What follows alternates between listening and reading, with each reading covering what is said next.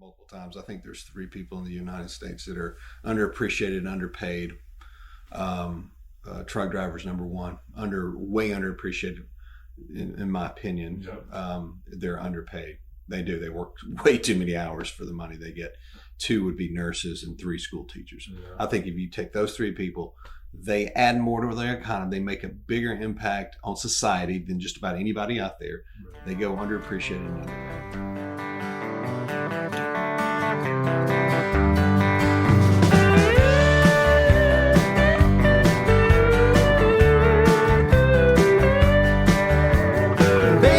Say your prayers.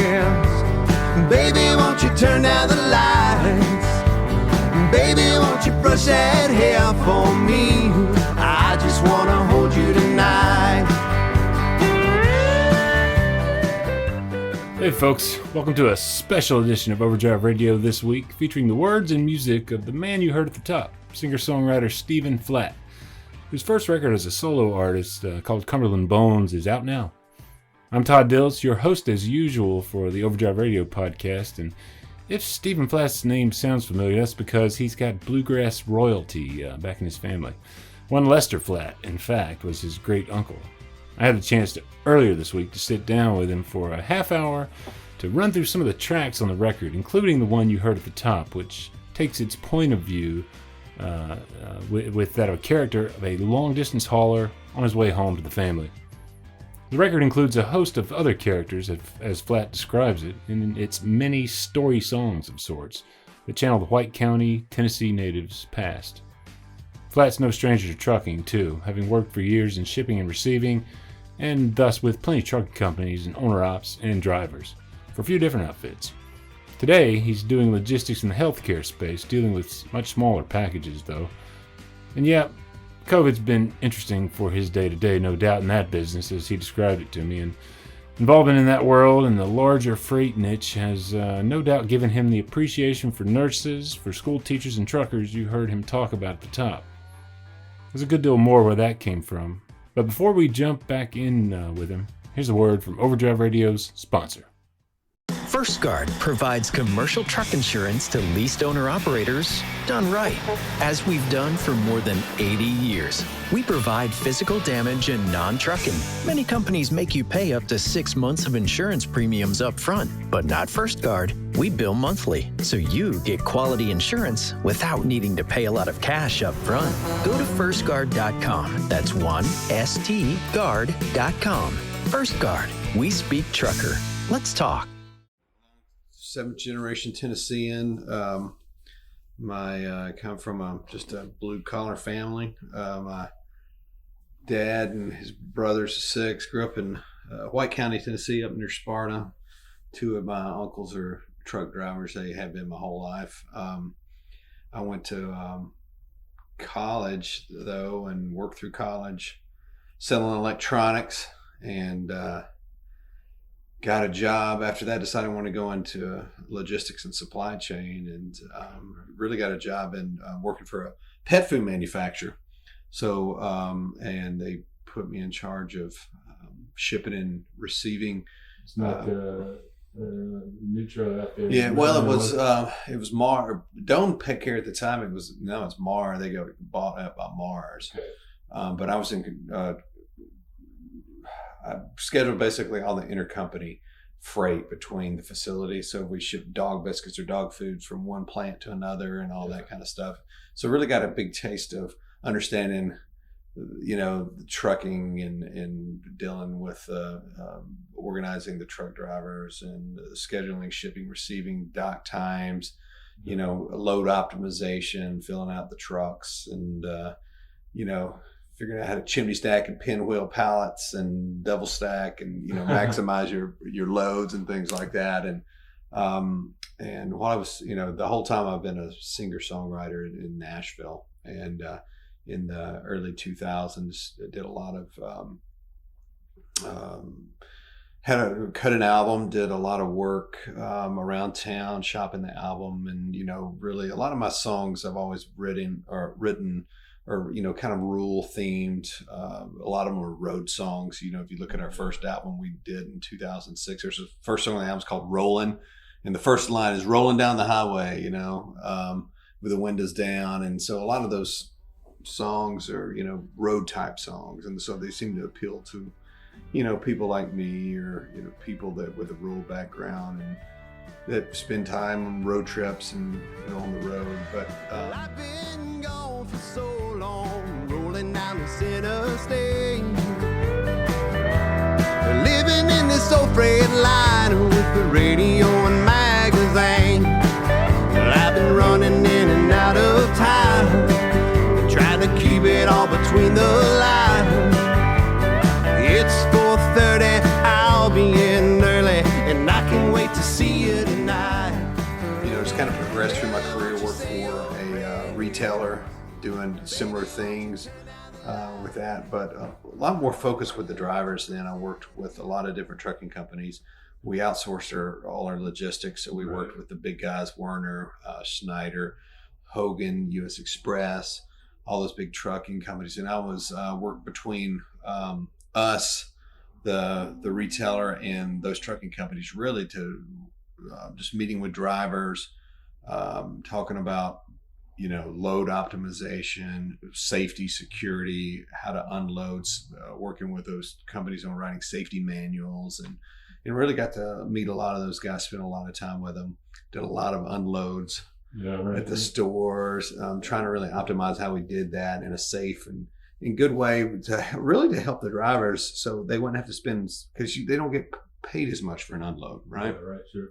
So if you can get it done in a safe and effective manner, and you can have the associates there to help and get it done, and get back on the road, get your miles in, you know, and you're not hung up all the time. So yeah, it's one of the biggest, certainly one of the biggest points of frustration for a lot of folks in the audience, I know, is that very thing, and the sort of inability of a lot of shippers and receivers out there to kind of get a handle on that. But sounds like you were part of helping that out. Yeah, man. I've really got it placed in my heart for truck drivers. I've always said this, and I'm not just saying it because you're talking to me right now. I've said it multiple times. I think there's 3 people in the United States that are underappreciated and underpaid. Truck drivers, number one, way underappreciated, in my opinion. Yep. They're underpaid. They do. They work way too many hours for the money they get. 2 would be nurses, and 3 school teachers. Yeah. I think if you take those 3 people, they add more to their economy. They make a bigger impact on society than just about anybody out there. Right. They go underappreciated and underpaid. Right. They do. And so anyway, man, I gotta, you know, especially after working with those guys and see how hard they were humping it, man, just to, you know, and they're normal, you know, they're just regular, everyday people too. I think, you know, they sit up in a big truck high off the road. People think that there's not people up there in the cab sometimes, man. It just, it's frustrating. I don't know. Maybe I'm the only one that thinks that, but maybe they feel tell me, give me a little background behind the new record. So it's your first as a solo. First as a solo artist. Called Cumberland Bones. Like what's in that title? Yeah. You know, I've performed in various groups over the years and as a duo, but had this collection of songs that were really just, you know, like I said, I'm a lifelong Tennessean, and Cumberland River runs through here. Cumberland Plateau is kind of where my whole family's from. Yeah. And so, you know, that I wanted to have a name, Cumberland, you know, indicative of kind of the region, but also bones being, you know, fossils, memories, thoughts, ideas, you know, and it's, you know, in his song, Randy Travis said, digging up bones. It was one of his songs. He said, resuming things that are better left alone. And that's kind of what bones are. Yeah, sometimes those memories that are better left alone. So I talk about a lot of deep topics on here and some fun stuff too. Yeah. I think there's a lot of fun here, and you know, a lot of artists still write us. They'll get a theme and they'll write songs around a theme or something. And that wasn't my thing. That wasn't my thing. I just picked out. I've got a lot of songs, and these are just some of them. Yeah. But these were ones that I really wanted to create a kind of an album of talking about different people and personalities and people I've met over the years. And these were just kind of the culmination the ones I pulled together, and not even really thinking about it. I just kind of, after I got them all together, these are my favorite songs I really like. These are the ones I like singing. These are the ones that I like to listen to. And then they all had that central kind of theme about characters. Yeah. You know, characters you meet in your life, whether it be your in-laws or outlaws or, you know, or or people you work with or people you've been friends with, you know, and that's kind of what this is. It's a kind of character study of people we all probably know and been around. Right. You know. Yeah, it's got one that feels very much to be from the point of view of a truck driver. Mm-hmm. Called Hold You Tonight. Hold You Tonight. Yeah. Yeah. What's the story behind that? How did you come to that? I know, and tell me a little bit along the way about that video that you guys put together. Yeah. So I was working in my job about 10 years ago, I had to go to a lot of warehouses and go out there and spend time with the truck drivers, talking about safety and just meeting with those guys, seeing how things are going with them, making sure, you know, they're happy and we're doing everything we can to make their life easier and better and more efficient so they can make more money. And spent a week out in Ardmore, Oklahoma, and I was there just at the driver area, talking to the drivers, and you know that's where they can go and take showers, get something to eat, whatever. Just talking to the drivers and talking to this one guy, and he said, "Man," he goes, "I was supposed to go home tonight, but I was late to my appointment by like 30 minutes, and they wouldn't let me in here." I'm like, "Well, that sucks." I said, "What are you going to do?" He goes, "Well, I'm just going to stay here all weekend." Right. He said, "I would really like to get home and see my kid, my wife, but I guess I'm just going to get my reset here." And I said, "Man, that's not right." Yeah. You know, I mean, you missed your window by 30 minutes and now you're going to have to stay the whole weekend. I said, no. So I called up the warehouse manager. I said, "Listen, man, this guy's going to sit here all weekend. Can you get him unloaded?" And they were like, "Yeah, we'll figure something out." And so they did. They got him unloaded and he got back home. And I'm like, you know, but it kind of bothered me in the fact that, again, that it was just like no big deal for a guy to sit at the depot all weekend and sleep in the cab of his truck. And that's just not right.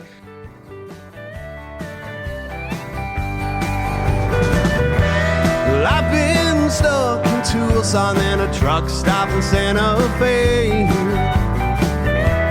Thinking about the nights in Memphis is helping me to stay away. Well, I've been on this road for way too long. Well, I've been humming Waylon Jennings songs.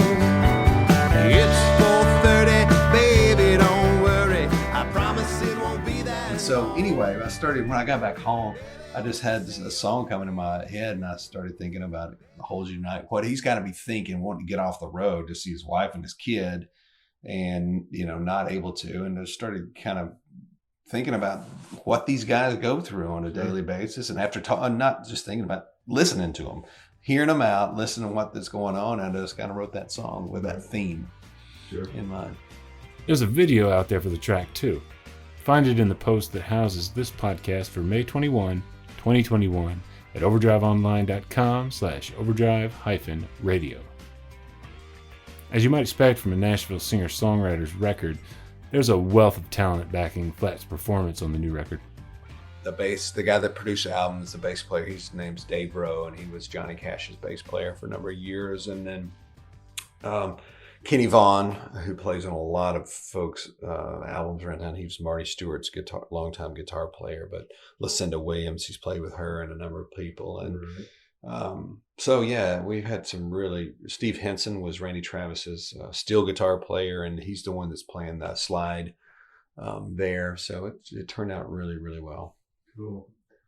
Who'd you have for fiddle and banjo on that White County Shine? Yeah, that was that's really good. Deanie Richardson, she's a longtime fiddle player, plays on the Grand Ole Opry. She was the IBMA Fiddle Player of the Year for 2020. She's awesome. And then Charlie Cushman, who's a long-time friend of mine, he is also the Grammy-winning banjo player for the Earls of Leicester. They won the bluegrass Grammy a couple of years ago. Good. And then he's phenomenal. Vaston Brooks, phenomenal and highly underrated piano player. I played with him a number of years. He did the piano work. Justin Clark played the mandolin, and played with him a number of years. Good friend. And the backup vocalists are phenomenal. So Ronnie Bowman, who is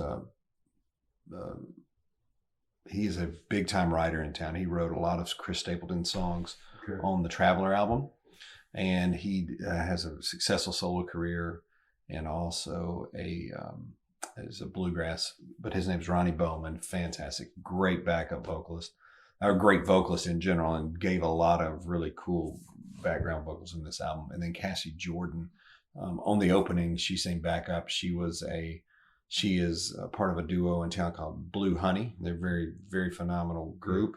And then a friend of mine, Shane Alvis, sang backup on one of the songs as well. He and I were the duo that started back together in the 2000s. His mama was a runner when he was only 5. She always kept it local, she never crossed the line. He turned 14, he went down in the mine, and he got him a drink of that White County shine. White County shine, White County shine. A shot before breakfast will always do you right. That song, White County Shine, is pretty like it totally fits that theme of it's very much kind of a story song. Yeah, definitely character. You're building characters in there. Is there a particular story behind this one? Yeah. So I came up with that line.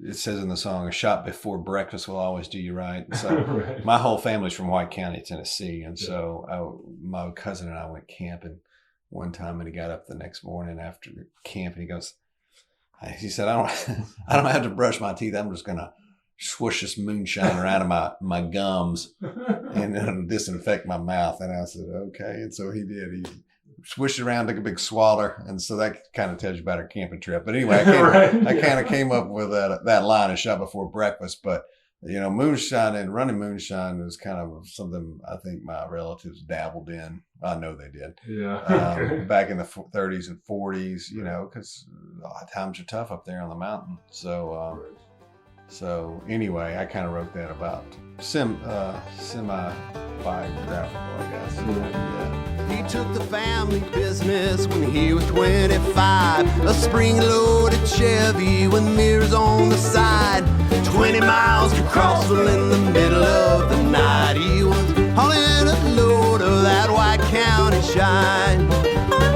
White County shine, White County shine. A shot before breakfast will always do you right. He lost all his money, but he never lost. Who did you record this? Was it a quick thing, or did it happen over a long period of time? Yeah, recorded it ironically before COVID. Okay. So right before COVID, back in January, February timeframe. Okay. And, most of these songs are anywhere between a year and 15 years old. Maybe one of them or so, maybe over 20 years old. So it's a collection of songs. And, I'll tell you what happened. My brother-in-law, I write songs, play in different groups, play around town, but I've always been wanting to do this album. I've been wanting to do an album of these country songs that, that what I call today is alt country now. It's, it's really traditional country songs that I really didn't have a place in all these other groups, because it's a small market for these type of songs, man. They're authentic, real country, Yeah. And my brother-in-law passed away in 2018 from cancer, esophageal cancer. He died 27 days after a diagnosis, and then. But he was one of these guys that always lived his life without fear.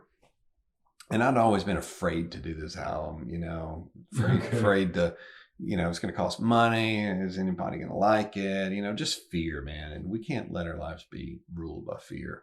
And that's one thing he taught me. So I said, I'm going to do this album. I'm going to do it, man. I'm going to step out and give it a shot. Why not? Right. We were talking earlier, you reached back into talk about fear for an artist. I write some fiction and stuff too. But you reached back into like 20 years ago for a song. Yeah. Tell me about that one. What's it called again? You Would Like to Hide. You Would Like to Hide. Yeah. Maybe if we're telling of my ex-wife and my old marriage, I don't know. But I wrote it in college, and I don't know how I came up with it or anything, but I just wrote it, and so it's been out there a long time. So it's about you foretelling your potential marriage. demise of my marriage. Yeah. But it's about it's kind of got a little hook in the end of the song. It talks about their relationship in it being over, obviously, and he says, "I wish I could see you in your fancy car," but then he says, "You've got the money, I've got the child to remind me of the marriage that you would like to hide." I wish I could see you and drive your fancy car and meet the man that's holding you deep within his arms. You got the money, I've got the child to remind me of the marriage that you would like to hide. So it kind of, it's got a hook at the end. You're like, oh, I wasn't expecting that. He's the one who ends up with the kid he's taking care of. Right. I've heard that story a lot. Interestingly, from drivers. Just somehow ends up how it works out. Mm-hmm. And, even though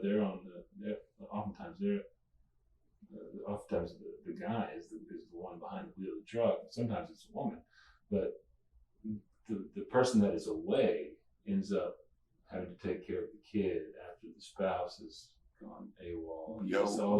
That's a tough situation. You have to end up calling on the help of your extended family and stuff. I think it's something a lot of those folks can relate to. Yeah, and that's a tough, that's a tough choice. A lot of people are faced with, Yeah. and it's usually the stronger person that steps up and makes that call that it's the best thing to do. Right. Satellite. Kind of one of my favorites. Sort of, it seems like it's sort of about a kind of person that you encounter in all sorts of ways around your life. But anymore, just given what I do, I seem to encounter this person online and mad as hell about whatever it might be, and always mad as hell at whatever it might be being discussed at the moment. Yeah. Anyways, tell me a little bit about where that song comes from. Hey man, you hit it. You hit the nail on the head. That's okay. you hit the nail on the head, and that's what the song's about. It's about we all, listeners here. All of us have that person in our life, or it's either a friend or a relative or somebody we know that all their problems are other people's faults. They never take responsibility for what they do. They're always fixing. They always say in the South, we say we're fixing to do something, meaning we're getting ready to do something. They always have a plan, but they never execute the plan. They always talk about they're getting ready to get another job or another route or something big is going to happen. It never happens. And so I wrote that. I call those people satellites, meaning they just kind of flying through the heavens. In the song, I say flying through the heavens, floating like a satellite. They're just out there in outer space, floating around. Fire, can't you see? You're burning out, don't be burning me. You can buy a seat on the midnight train, hide away from all your pain, 'cause it's fire.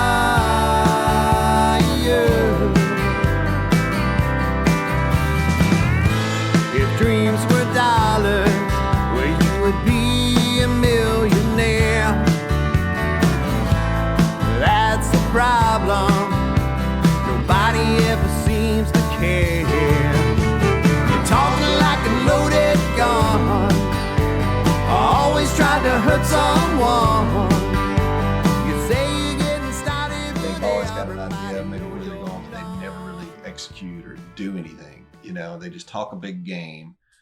They never do it. They blame everything on everybody else. Everything's always other people's fault. And so I just wrote that about those folks. Yeah. What is it? There's a bunch of different versions of this in the song. One of them is if words were worth $1, you'd be a millionaire. Yeah, if words were $1, you would be a millionaire. Keep on talking because nobody really seems to care. Yeah. That's a good line. Yeah. And I wrote that about somebody specific, but I won't say who that is. But but we all got that person, you know? You know, we all got that. We all know that person. This is a familiar character to anyone living. Yeah. He was hopped up on cocaine on a 4th day high. He was running out of money, he was running out of time. When he finally made Austin, he sold the Chevrolet. He bought a bottle of tequila and a fancy diamond ring. Another one of the bluegrass inflected kind of tunes in here is another great kind of story song, sort of a caper, an El Camino. And it's about a drug runner, basically. Yeah. I think your audience will like that song. It's a good. It sounds to me when it came out, when we got finished with it, sounded a little bit like a Jerry Reed tune or a Robert Earl Keen song. And I wrote that one probably 10 or 12 years ago. I don't know. I just love Texas country. I kind of wanted to write something in that genre. And I knew this guy in high school that told me, I used to unload trucks in high school. I'm sure many of your audience members have unloaded many trucks, but I'd do this and I would ride around with this older guy. He was probably 40 or so at the time. And, you know, I'm 45 now, but he would tell me these crazy stories. And he said he used to live in Texas and he'd run drugs from Oklahoma down to the border in Texas, and he carried guns and got in shootouts or anything, all this kind of stuff. So I started trying to write this song about his kind of story, but it kind of changed course because I realized I needed to make it a little more exciting. So yeah. It's like about this particular song. I think is about like the last hurrah for this couple before they're gonna hang up their drug running keys, as it were. Yeah. He headed down to get her in Austin, and she was ready for him, and they stole an El Camino. Trying to get down to the border. Their bodies lay, just 2 young kids headed for the borderline in a red El Camino, 1965.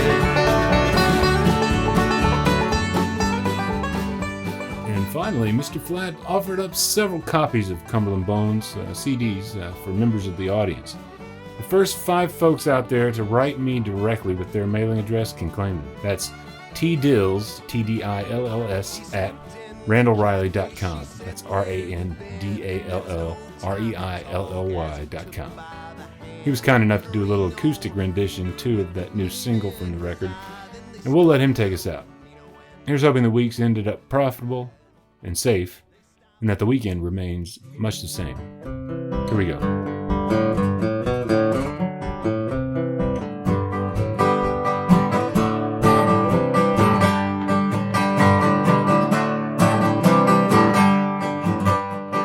Baby, won't you say your prayers? Baby, won't you turn down the lights? Baby, won't you brush that hair for me? I just wanna hold you tonight.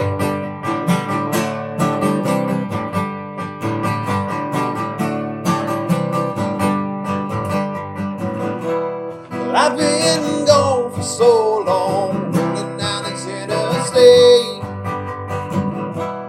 living in this old freight liner with the radio and magazines. I've been running in and out of time, trying to keep it all between the lines. It's 4:30, I'll be in there. I can wait to see you tonight. Baby, won't you say your prayers? Baby, won't you turn down the lights? Baby, won't you brush that hair for me? I just wanna hold you tonight.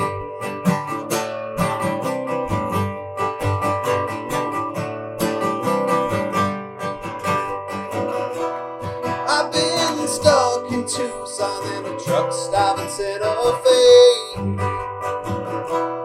Thinking about the nights in Memphis is helping me to stay away. I've been on this road for way too long. I've been humming Waylon Jennings songs. It's 4:30, I'll be in dirty. I promise it won't be that long. Baby, won't you say your prayers? Baby, won't you turn down the lights? Baby, won't you brush that hair for me? 'Cause I just wanna hold you tonight. Overdrive Radio is a production of Overdrive, the voice of the American trucker. The podcast is edited and produced by myself, Todd Dills, with no small amount of support from Overdrive Extra contributor and Muller trucking hauler Paul Marhover, Overdrive editorial director Max Heine, social media coordinator Holly Young, and news editor Matt Cole. Till next time, keep it pro out there.